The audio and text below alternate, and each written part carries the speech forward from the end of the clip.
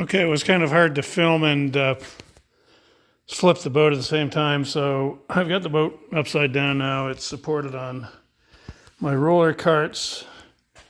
The next step will be the stem binding here. I'll take that off while it's upside down. It's a lot easier this way around than on my back. Just a few fasteners here for the cover. Not sure whether they're going to go back on. What I'm going to do, and quite often what I do, as you can see here, where there's some compound around where the numbers were, I mean, that can cause adherence problems with the varnish. So what I do, first thing I do is I get some just some window putty and fill the holes. And then I'm going to go over the entire boat with a product called Prep Sol, which is a degreaser that automotive body guys use for prepping a car from paint to make sure there's no contaminants on it. I'll go over that with several rags before I sand it, because when you sand it and you've got crap in it, the crap, especially silicone, will tend to wind up in the sanding scratches, and you never really get rid of it then. See here where there's a few spots where my varnish from the inside has come out. Notice where those big cracks were on the inside. I was a little concerned about. This is where I guess Ron has done this repair. And it was probably good for the Georgian Bay days with this boat. Really big rub strips, but they go beyond the edge of the lap, so they're probably supporting the inside of those cracks, which is good. Here's another spot where it had a little bit of a leak, but the boat has been out of the water for quite a while. It is pretty dried out. This boat does have a pretty substantial keelson. Just looking at the back here, this is probably Ron's handiwork here, where I see he's changed the stern post. But here's why I don't like getting into iron nails, because once you do that, you wind up with problems like this. And you see where he's probably got screws in there and had to putty the holes. A few flaky spots like this, I will go over and scrape and maybe build up with some varnish. Other than that, it doesn't look too bad on the outside as far as adhesion of the varnish goes. Just want to make sure the next coat sticks. Up at the bow here, there has been a fairly substantial repair on the inside here. I guess, actually I'm upside down now, so this was on the port side here where there was a crack here. I noticed there's a reinforcing scab on the inside that's been put on there. See, a couple of additional screws have been put into the keel to hold it. A few spots like this where it was probably leaking. So it's been tightened up with machine screws and bolts through the ribs. I'm not quite sure what this block is. Oh, I see. This is for the intake. Okay, what that does is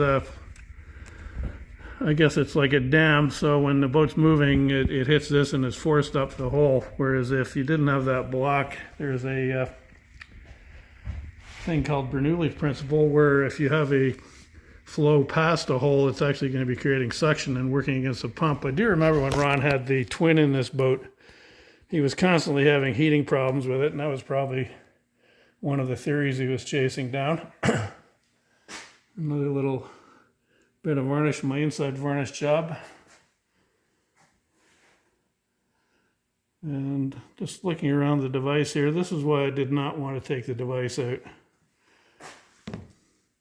Because this looks okay, and it's probably fine for several more years the way it is, but if you start driving those bolts out of there, and I see some of these are steel bolts, what's going to be left behind is not going to be pretty. So in case the next person working on this boat sees this, don't take the device housing out unless you're prepared to get into keel and garboards and probably the second round. What I'm doing now is I'm going to fill the screw holes. I just use this window putty. I like this DAP product because it has a resealable container, and it doesn't have oil that separates out of it as badly as the stuff you get in a bag. So I'll just fill the holes. The reason I fill the holes is I'm probably going to brush the outside of the hull, and find any time you're brushing varnish, if you go across a screw hole after you've sanded it. All of the dirt stays in these holes, so you never get rid of it. If you're wet sanding it, you have a little pocket of water in there that never seems to want to dry out. So what I do is I fill all the screw holes with putty. They will be quite a bit of dirt from the putty that will get into the first coat, but after that, it's all pretty well sealed, so I don't have to worry about the holes anymore. It's one of the things that will drive people, well, me insane is trying to get a clean coat of varnish. A lot of people think you just hose down the floor, but there are different components to getting a clean varnish job. There's the dirt that's coming off of you. There's the dirt in the room, which is one thing. And the hardest thing I find is getting a brush that is clean. If you take a brand new varnish brush and you hold it up against the light and you flick it, you would be amazed at how much dirt comes out of it. So just buying a new brush is not the answer. But I'm going to finish filling these loose holes here. I noticed a couple of spots here on the bottom. This is a crack. I will probably go and just get some epoxy. I'll mask that and put epoxy in there. Same with on this side here. There's a little crack here. I've noticed that's been there for a long time. You can see how the oil's got it into it. I'm not sure how successful I'll be. I might just try taking a little knife and cleaning the crap out of there and then mask either side of the hole, fill it with epoxy. After I've done that, before I sand it, I'm going to use this product here. This is wax and grease remover, mild.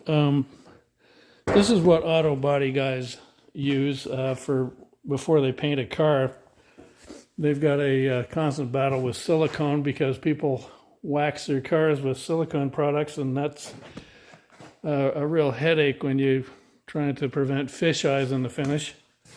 But I'm just going to finish these holes, and then I'm just taking the clean saw here, or the degreaser, with a fairly wet rag, just give it a nice wet coat.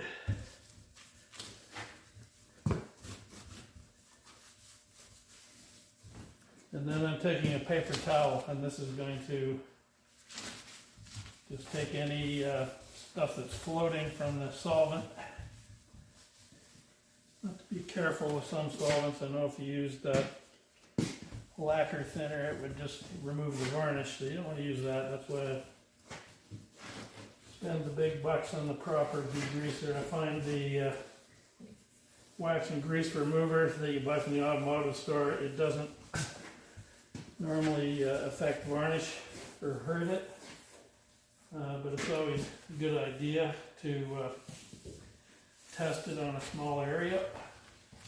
I've already done that in previous varnish jobs, so I know it is safe with varnish, but I also have had situations where I've used a solvent and it isn't compatible, so if it is going to lift the finish, it's best to do that in a spot where you can't really see it, or it's easy to repair.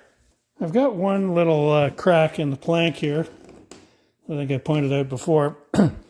What I'm doing is I've masked off either side of it so I don't get epoxy smeared everywhere, but I'm using this product. It's a West System product called G-Flex. It's a premium epoxy. It's designed for oily wood and teak.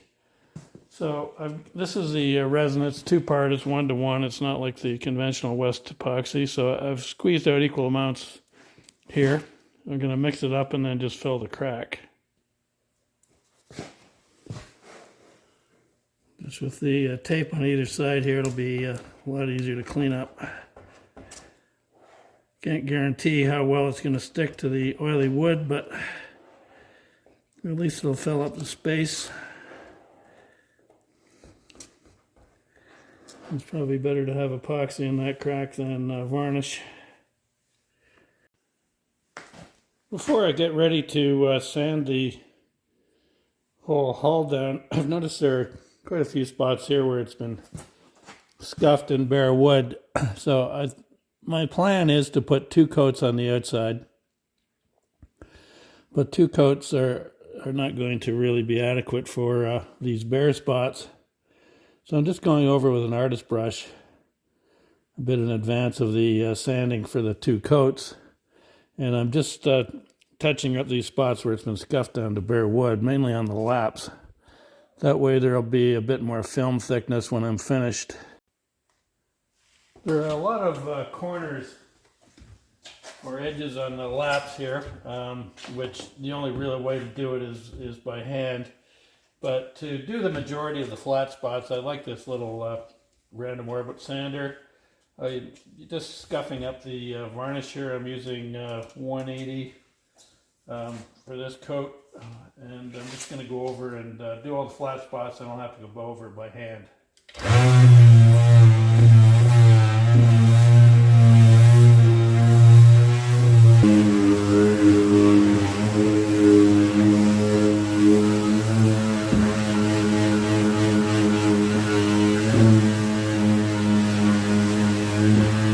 I've just gone along the entire boat with the random orbit sander with the disc, but it doesn't really get down into the laps here. You see how they're all still shiny?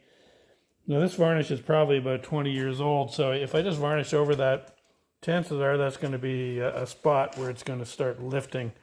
There'll be no adhesion. The thing with varnish is it takes a mechanical bond, which means putting a tooth on it with some sandpaper. So I'm going to go over all of the laps here by hand with the 180 paper. I could have done the whole boat this way, but I just find wherever I can to speed things up, like using the machine, I do, but it doesn't always do everything. What I do with the sandpaper is I use a little rubber pad on the back here. It just helps to support the sandpaper. I find if you're using your fingers, you're going to get 3 lines in the paper. If you use the pad here, I'm just going to roll the edge of it up here so it'll get down into the laps. That'll give the new varnish a really good tooth to grab onto. Any coat done after this within the next couple of weeks, I mean, it'll stick a lot better, but it's always a challenge to get good adhesion on 20-year-old varnish. Some spots here on the bottom is obviously going to be just an intention rather than a success, because this is under the engine where the oil is totally soaked in. It may adhere. I see some of the varnishes on there, but I mean, there's really nothing I can do to impress the fish down there.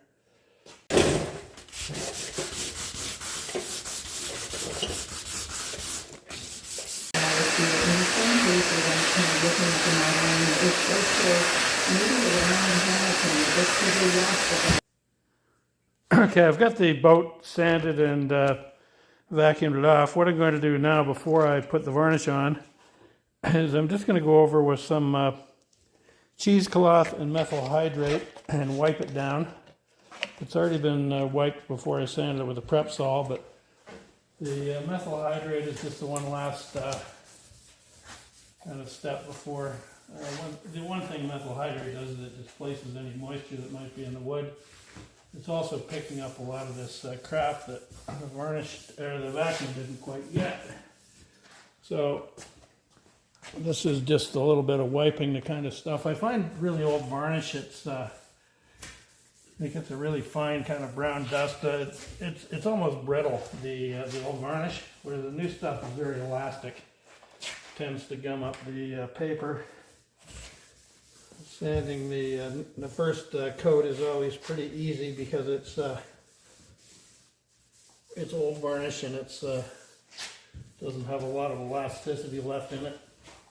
And I think it's very important, especially on this boat because it's iron fastened, to maintain the varnish on top of it. By maintaining the varnish on top of it, it's preventing the nail heads from rusting. Most of these are in pretty good shape compared to most other iron fastened boats I've seen. This is probably one of the most original boats around. It's still got all the original planking. It's been repaired some of the ribs, and it's got a butt lock, I noticed, behind the crack in the garment here, but there's still quite a bit of crap here. And also, when I go to varnish the first coat, I keep turning the cheesecloth to get a nice clean face. That way, I'm going to try and get as much of this crap off of here before I varnish it. It doesn't take long for this to flash off and dry. So, but once I get the first coat on, then it's not as critical. This is pretty critical to get it clean and get a tooth on the varnish for the new stuff to adhere to.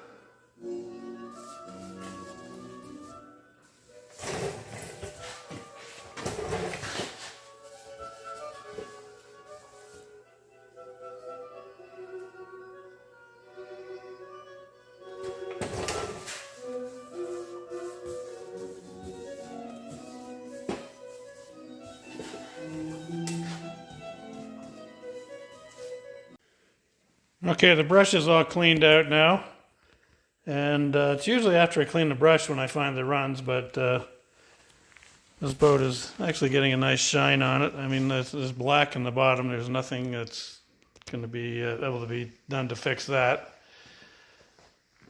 but I'm pretty happy with the shine of this varnish here. I'm just I've got one coat of varnish on here, so what I'm doing now is with the spots where it was rubbed through to bare wood, I'm just going over with the artist brush here to give it a bit more film thickness.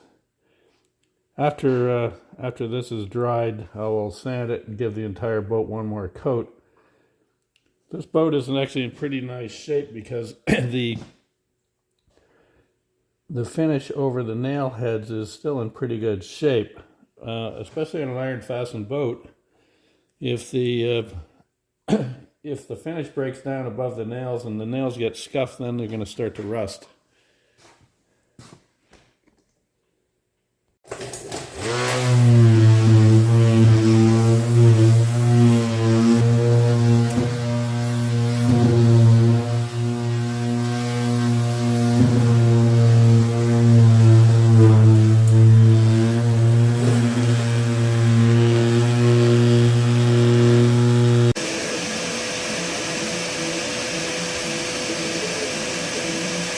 First coat, and second coat, I'm going to use some cheese splatter and some metal hydrate. I'm going to do the cheese splatter, some cheese splatter, and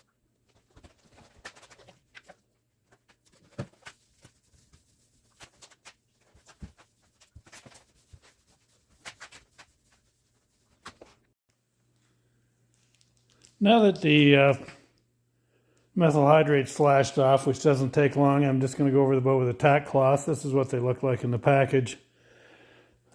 What it is essentially is just cheesecloth with a bit of sticky stuff in it. I unfold it and I try and just get over any light particles that might be on the boat. I'm not super obsessed with this because it's the outside of the hull and it's really any little nibs or dirt isn't really that visible. But I'll just go over it briefly with the tack cloth here to get rid of any crap. Everybody always asks me what kind of varnish do you use. It's really a matter of personal preference for myself. As long as it's a spar varnish, most of them are pretty good. This is a Pettit Flagship. It's actually a pretty expensive product these days. I like to use this for brushing. The Epiphanis I find is a lot harder to brush. I use that for spraying on the inside, but this is what I'm using on the outside of the hull. It's kind of a moot point though to say one brand or the other, because most of them they seem to change from year to year, even batch to batch. So it's just I stick to the one I'm getting used to, and it's usually this one.